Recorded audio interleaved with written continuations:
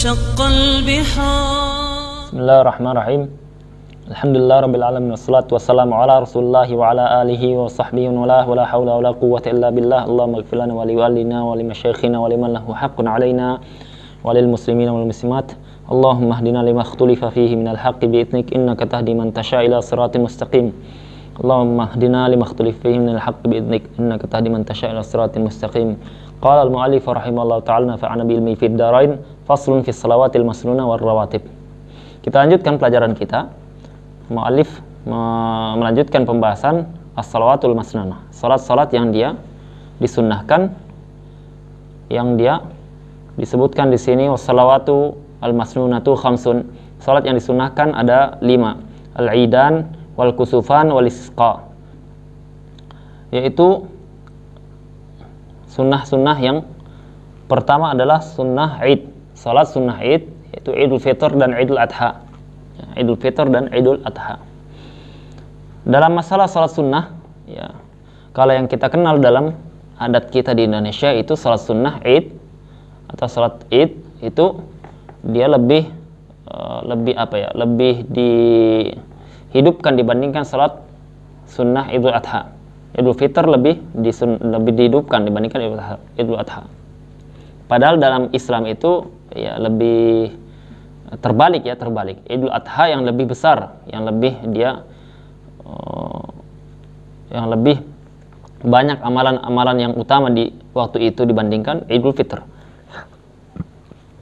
Kemudian di antara perkara yang perlu kita jelaskan juga, orang-orang ketika selesai salat Idul Fitri mereka melakukan salam-salaman baik dengan mahram ataupun dengan selain mahramnya. Maka ini kalau dengan mahramnya tidak masalah, ya, dia saling bersalam-salaman seperti itu karena ada dalil-dalil umum menunjukkan bahwasanya disunnahkan kita itu saling bersalam-salaman kalau bertemu saudara kita. Tetapi kalau dia bukan mahram ini jadi masalah. Ya, ini jadi masalah. Dan itu masalah ini sudah tersebar, maka kita katakan bahwasanya itu hendaknya para ulama, para alim, cendekiawan Islam, para dai, para mubaligh untuk memperingatkan mereka, ya, karena ini bagian dari keharaman yang dia sudah seperti sudah menjadi hal yang lumrah, maka itu menyelisihi, ya. Kemudian salat Id, bedanya antara salat Idul Adha dengan Idul Fitr. Idul Adha Idul Fitr diperintahkan kita sebelum kita pergi dengan memakan makanan, ya. Kalau ada kurma maka kurma, kalau tidak ada maka bisa yang manis-manis atau semisal. Kenapa? Itu dalam rangka berbuka puasa. Kenapa? Karena kita sudah puasa selama 30 hari dan kita diperintahkan untuk berbuka ketika di hari Id tersebut, ya.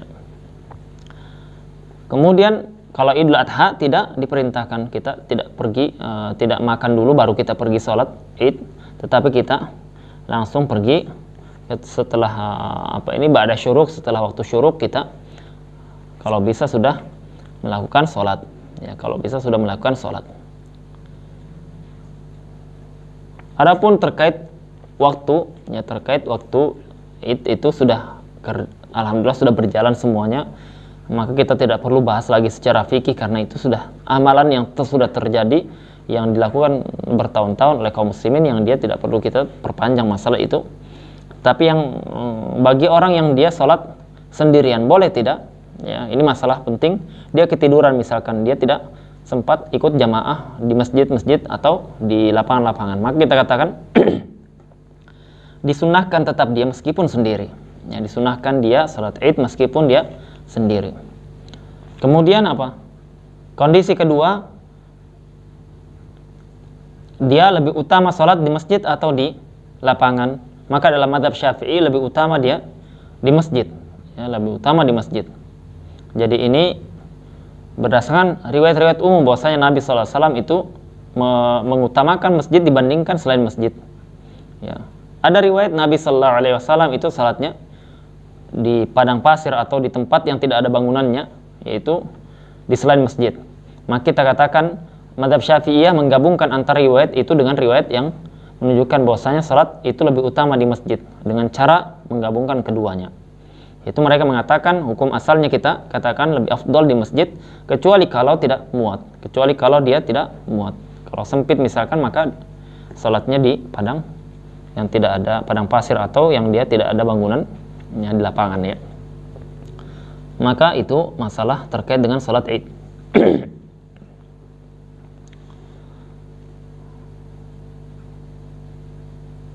Kalau terkait kaifiyah, maka kaifiyahnya seperti yang sudah kita ketahui. Kalau kita salat Id, kita takbir 7 kali ya. Allahu Akbar ya. Allahu Akbar. Di situ kita tidak membaca istiftah ya, tidak membaca istiftah.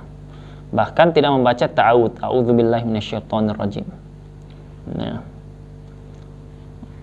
tidak membaca istiftah ya. Kenapa? Karena diperintahkan kita itu untuk menyegerakan ya, untuk menyegerakan. Afwan, kami keliru, itu salat jenazah itu ya, salat jenazah ya. Kalau dia salat Id disunahkan ya.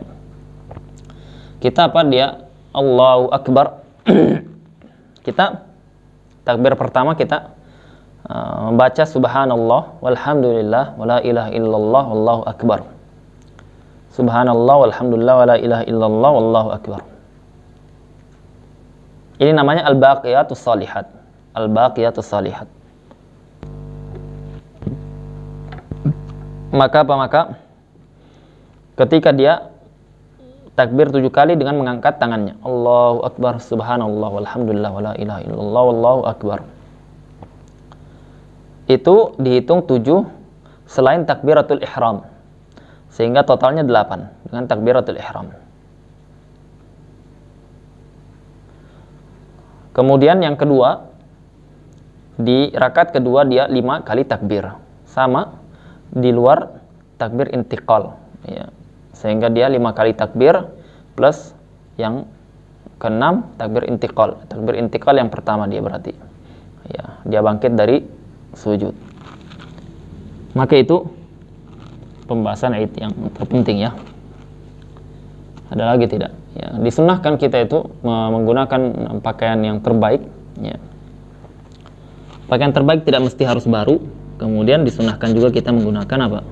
Parfum, kecuali wanita ya. Kalau wanita dia tidak dibolehkan menggunakan parfum ya, kalau dia wanita tersebut menggunakan pakaian yang membuat orang-orang terfitnah atau melihat dia, melirik dia, maka itu juga termasuk mukhalafah sunnah, menyelisih sunnah Nabi SAW ya, yang diajarkan dalam sabda Nabi SAW agar wanita itu menggunakan pakaian yang dia tidak menarik perhatian para lelaki ya.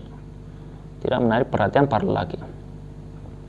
Tetapi tidak disyaratkan dia harus menggunakan pakaian warna hitam ya. Wanita kalau dia mau keluar ketika sholat Id tidak disyaratkan harus menggunakan pakaian warna hitam ya. Tetapi kalau orang yang dia wanita tersebut dia sangat rupawan ya, sangat rupawan dia, maka dia atau dia memang membuat orang-orang terfitnah dengan dia, maka dia tidak disunahkan pergi ke lapangan atau ke masjid. Nah, dalam mazhab Syafi'i seperti itu. Dia salat di rumahnya, ya, salat di rumahnya. Mau sendiri maupun jamaah dibolehkan. Wal kusufan, yang kedua adalah salat kusuf.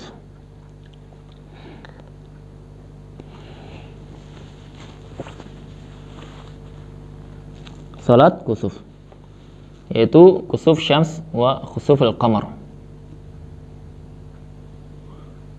Jadi dalam masalah salat gerhana matahari maupun gerhana bulan, itu yang jadi patokan adalah kita melihat. Ya, kita melihat ada gerhana matahari atau gerhana bulan, ya, maka kita apa? Disunahkan untuk salat. Tapi ada masalah ini, ada masalah. Bagaimana kalau kita mendapatkan kabar dari orang lain, tapi kita tidak melihat? Ya. Maka kalau kita percaya dengan kabar orang tersebut, maka kita termasuk bagian orang yang diperintahkan sholat. Tapi kalau kita tidak percaya, maka kita tidak disunahkan sholat. Ya. Jadi itu bagi orang yang melihatnya. Itu salat khusuf asy-syams dan khusuf al-qamar. Disunnahkan dia perpanjang bacaannya. Kemudian dalam masalah salat khusuf atau khusuf itu dia berbeda dari salat umumnya dalam beberapa hal. Yang pertama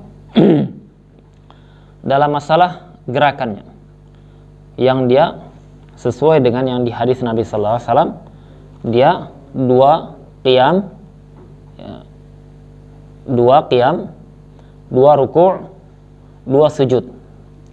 Itu dalam 1 rakaat. Jadi 2 qiyam, 2 ruku', 2 sujud dalam 1 rakaat. Dia 2 rakaat. Jadi totalnya apa? 4 qiyam, 4 ruku', 4 sujud. Kalau dia misalkan bisa membaca panjang, maka itu yang lebih utama. Ya, dalam riwayat bacaannya panjang sampai apa? Sampai sekadar dengan Al-Baqarah. Ya. Tapi kalau tidak mampu, maka dia lakukan dengan pertengahan, ya, tidak terlalu pendek, tidak terlalu panjang. Kalau tidak memungkinkan, maka dia sholat 2 rakaat seperti biasa, tanpa 2 ruku', tanpa 2 qiyam dalam 1 rakaat. Maka apa? Maka Allah Subhanahu wa taala memudahkan urusan hamba-hambanya. Jangan dipersulit.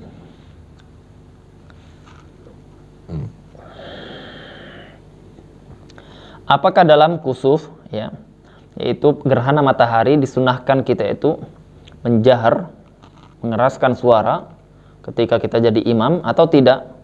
Kalau untuk malam salat gerhana bulan, maka dia disunahkan untuk menjaharkan, karena itu salat malam. Bagaimana kalau dia gerhana matahari?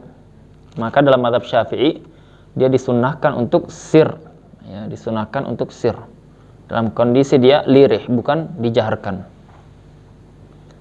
Meskipun seperti itu, ya, tetapi yang diamalkan para ulama, para masyayikh kita termasuk yang mengajarkan fikih Syafi'i, itu mereka menjaharkan rata-rata. Meskipun dalam kondisi apa? Gerhana matahari, menjaharkan. Kenapa? Karena zaman kita ini, kalau misalkan mereka membaca panjang kemudian dia sir, ya maka apa? Maka orang-orang pada apa? Ngantuk nantinya, ya, atau tidak mau sholat. Dan itu madhab selain madhab Syafi'i. Tidak mengapa, ya, yang seperti itu. Ya, perkaranya ringan. Karena dia sunnah. Ghayah fil amr, maksimalnya dia sunnah. Kalau dia melakukan jahar tidak mengapa. Tapi mu'tamad Syafi'iyah seperti yang kami jelaskan, yaitu disunnahkan dia sir dalam kondisi salat gerhana matahari. Karena umumnya kaidah Syafi'iyah menjelaskan kalau dia salat malam disunnahkan jahar, kalau dia salatnya siang disunnahkan sir. Ya, seperti itu. Kemudian wal istisqa, atau kita lupa, ya, masalah khutbah, kita lupa bahas masalah khutbah di salat Id, ya. Dia ada perbedaan dengan khutbah Jumat. Dia ada perbedaan pada khutbah Jumat.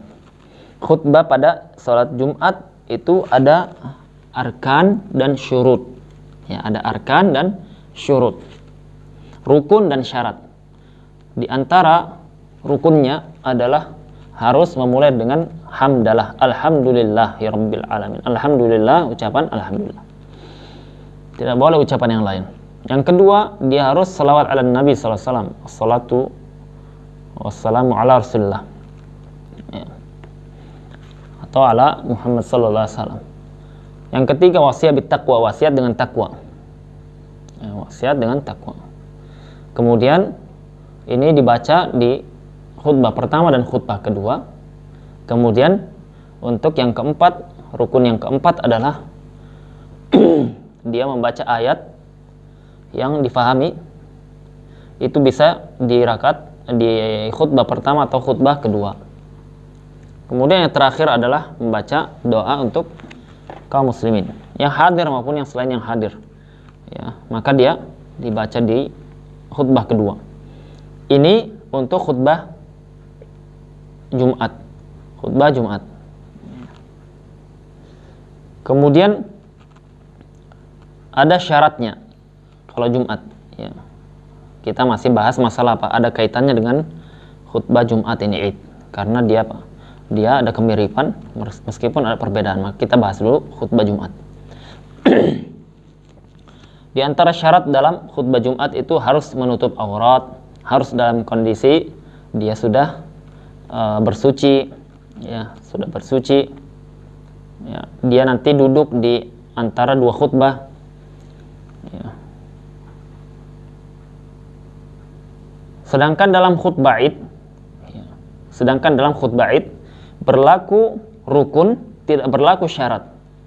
Berlaku rukun. Rukunnya sama. Ya, rukunnya dalam Id sama. Begitu juga sunnah-sunnahnya sama. Ya, dalam masalah khutbah Id. Tetapi dalam masalah syarat, harus disyaratkan di ala taharah, dia sudah bersuci atau tidak, maka tidak disyaratkan, tidak berlaku pada salat Id. Ya, di antara syaratnya juga harus bahasa Arab pada rukun yang tadi yang kita bacakan 5 itu. Maka dalam khutbah Id tidak disyaratkan. Ya. Yang kedua, begitu juga setelah kusuf atau istisqa, ya. Ya, kusuf dulu ya. Kusuf dan khusuf. Setelah sholat gerhana kita disunahkan kita khutbah. Kalau yang jadi imam disunahkan khutbah setelah sholat, ya, setelah sholat. Berbeda dengan Jumat. Ya, Jumat dia khutbah dulu baru dia sholat. Dan dia kalau kusuf sama dengan Id, ya, sama dengan Id. Tetapi dalam Id itu disunahkan ketika khutbah, ini berlaku bagi khatib, ya. Kalau yang bukan khatib dia mudah perkara, dia tidak ada kewajiban, ya, untuk apa, dia untuk mengetahui perkara ini. Tapi kalau khatib dia wajib mengetahuinya. Kenapa? Karena dia mau khutbah. Jadi dalam Id disunahkan dia membaca takbir, ya, mualah, baca di takbir pertama 9, takbir kedua di khutbah kedua, khutbah pertama 9, khutbah kedua 7. Dia baca Allahu Akbar, Allahu Akbar, Allahu Akbar, Allahu Akbar, Allahu Akbar, Allahu Akbar, Allahu Akbar, Allahu Akbar, Allahu Akbar 9 kali di khutbah pertama. Di khutbah kedua 7 kali. Baru dia mulai membaca arkan dan khutbahnya. Ya, hendaknya dia memilih materi-materi yang sesuai dengan kondisi yang lebih dibutuhkan. Ya, misalkan Idul Adha dia membahas masalah kurban dan semisalnya. Kalau dalam masalah Idul Fitr dia membahas tentang masalah zakat dan semisalnya. Zakat dan semisalnya.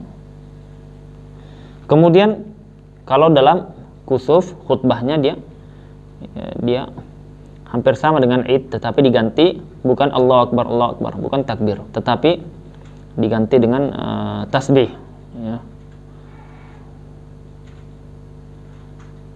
Ganti dengan tasbih.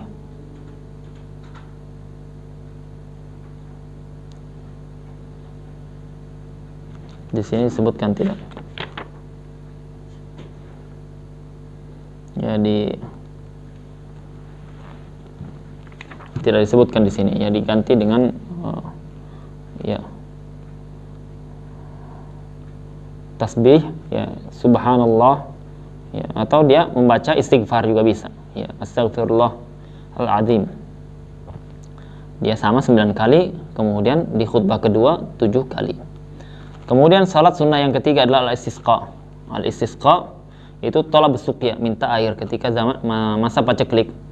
Dan ini banyak tidak dilakukan kaum muslimin, sibuk mereka dengan mencari cara lain yang dia lalaikan sunnah Nabi SAW. Dia buat hujan dengan biaya yang jutaan, ratusan dan seterusnya. Maka dia lupa dengan tuntunan Nabi SAW dengan salat istisqa. Ya, ini kita hidupkan lagi sunnah istisqa ini, dan ini adalah kewajiban para pemuka ulama, petinggi-petinggi Islam yang untuk menjelaskan masalah ini, ya, dihidupkan lagi sunnah istisqa. Ketika paceklik mereka disuruh untuk puasa dulu 3 hari. Ya, dalam mazhab Syafi'i disebutkan puasa 3 hari dengan perintah imam. Ya, kalau imamnya paham, kalau tidak paham repot itu. Ya, kembalikan kepada siapa? Kepada ahli agama. Ya. Tapi kalau imamnya merintahkan maka wajib hukum puasa. Kalau diperintahkan imam atau naibnya imam, pengganti imam. Tapi kalau dia selain mereka maka tidak wajib. Puasa 3 hari, kemudian mereka apa? Puasa di hari keempat, kemudian keluar rumah. Ya, keluar rumah bithia bin bidlah, dengan pakaian yang mereka pakaian kerja mereka, ya, pakaian kerja mereka untuk laki-laki. Ya, mereka menggunakan pakaian kerja mereka. Yang dia bengkel pakaian seperti itu, yang dia guru pakaian seperti itu. Ya, ini menunjukkan bahwasanya apa, kita menghadap Allah dalam kondisi kita butuh kepada Allah Subhanahu wa taala. Ya, banyak terjadi paceklik di sebagian negeri kaum muslimin, ya. Maka kita hidupkan salat istisqa. Bahkan disunahkan kita itu keluar dengan anak-anak kecil, ya, anak-anak kecil, bahkan dengan binatang ternak kita. Ya, minta kepada Allah Subhanahu wa taala. Kemudian disunahkan bagi imam dia melakukan khutbah. Ya, melakukan khutbah sah 2 kali, ya. Kemudian dia di khutbah kedua,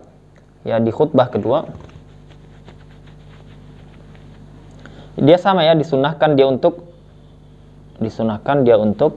salat 2 rakaat seperti dia salat kusuf, ya.